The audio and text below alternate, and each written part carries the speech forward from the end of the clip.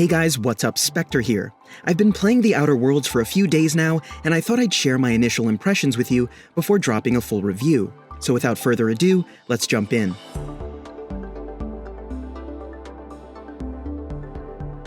The game begins, of course, with character creation, and that process gave me my first sense that this was going to be a dense experience, packed with choice. I also dropped the full character creation video, so make sure to check that out by clicking in the top right now or at the end of the video.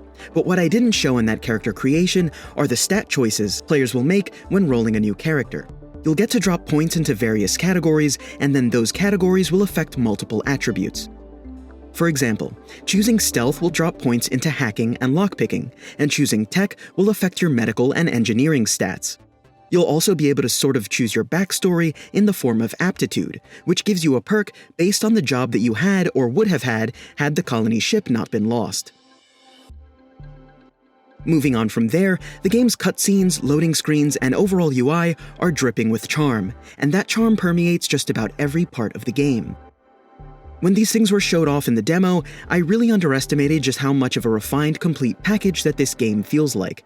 It has a consistent tone, reminiscent of Fallout New Vegas, packed with dark humor and a sick sense of sarcasm.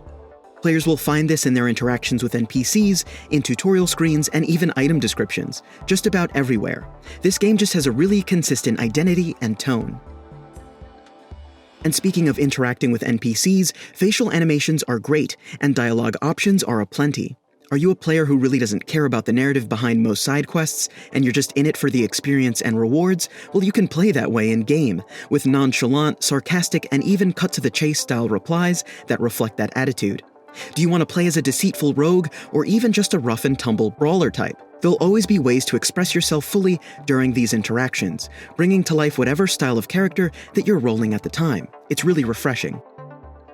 Party members that you bring onto your ship are varied and interesting, and some even challenge the usual tropes and stereotypes for companion characters. You'll get to know them, complete quests to earn their loyalty or disdain, and they can even weigh in on your decisions, offering their opinions and advice, which I really liked. That open world that you'll be exploring with them, well, it's not as open as you think, but it's not closed off or small either. The name of the game in The Outer Worlds is better, not bigger. This game isn't the size of a mainline Fallout title or Elder Scrolls, but it is dense and packed with little areas to explore and tons of items for you to steal, or scavenge. I never felt like the world was too small, with beautiful vistas in the distance, wide open spaces and buildings to explore, which usually led to a quest. The game trades large empty spaces for medium-sized spaces that are packed with things to do. Everything has a purpose, and I never felt like the game was too small. You'll also need protection as you traverse the in-game world, and you're often spoiled for choice when it comes to weaponry in The Outer Worlds, with frequent weapon drops. Combat feels a bit like Fallout, but even more refined and reliable. Many will compare time dilation to VATS, and to be completely frank, VATS always seemed like a crutch for a lackluster shooting experience. Whereas time dilation keeps the action moving while still allowing you to pop off some pretty impressive shots. The combat isn't on the level of a first-person shooter, of course, but it's nothing to complain about. If you're worrying about it being like Fallout, personally I think it's much better. Earlier I spoke about how refined The Outer Worlds feels, and that applies to the overall experience. This game will no doubt be compared to Bethesda RPGs. And there's one huge difference here. I haven't encountered a bug yet. No characters clipping into walls during conversations, no game-breaking or interrupting issues, none of the bugs that we're used to seeing in similar titles.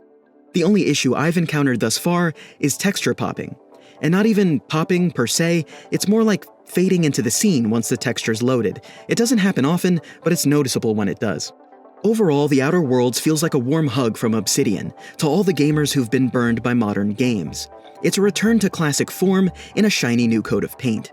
For those of you worried about the game's size, it makes up for being a more medium-sized RPG with plenty of player choice and lots of options for creating and role-playing your respective character. I'm having an incredible time with it, and I think you will too.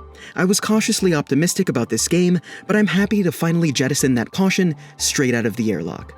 And that's it for this video, but for more coverage of The Outer Worlds and other RPGs like Cyberpunk 2077, make sure to subscribe. Do you have any other questions about this game? Let me know in the comments below, and as always, thanks for watching, guys.